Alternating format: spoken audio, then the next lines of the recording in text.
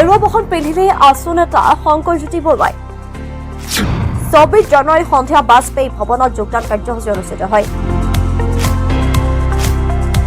গেৰুৱা বসন পিন্ধিলে অৱশেষত প্ৰাক্তন আছু নেতা শংকৰজ্যোতি বৰুৱাই আছুৰ প্ৰাক্তন সম্পাদক শংকৰজ্যোতি বৰুৱাই ২৪ জানুৱাৰীত আনুষ্ঠানিকভাৱে গেৰুৱা বসন পৰিধান কৰে।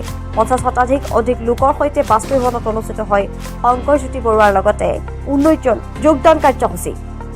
বহু জল্পনা কল্পনা অন্তত অৱশেষত বিজেপিত যোগদান আছুৰ প্ৰাক্তন সম্পাদকগৰাকীৰ। ৰাজ্যিক সভাপতি দিলীপ শইকীয়াৰ উপস্থিতিত যোগদান কাৰ্যসূচী ৰূপায়ণ কৰা হয়।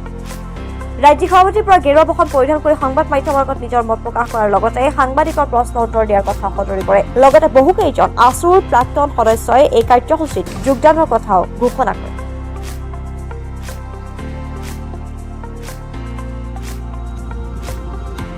কাৰণে আজি আহি ইয়াত উপস্থিত হৈ যোগদান কৰিছো আৰু দিলীপ শইকীয়া ডাঙৰীয়াৰ নেতৃত্বত ভাৰতীয় জনতা পাৰ্টীয়ে বৰ্তমান সময়ত চুকে কোণে প্ৰতিটো অন্তৰে প্ৰতিটো প্ৰান্তত ৰাইজৰ মাজত সোমাই যাবৰ কাৰণে সক্ষম হৈছে।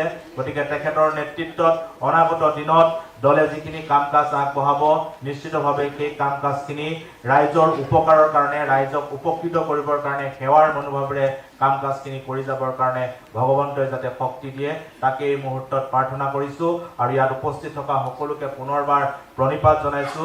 অনাগত দিনত আপোনালোকৰ সহায় সহযোগিতা দিহা পৰামৰ্শ কামনা কৰি মোক দুআষাৰ ক'বৰ কাৰণে সুবিধা দিয়াৰ কাৰণে ধন্যবাদ জ্ঞাপন কৰি মই মোৰ বক্তব্য সামৰিছো। ধন্যবাদ। দুটা সূচনা আছে, মন দি শুনিব।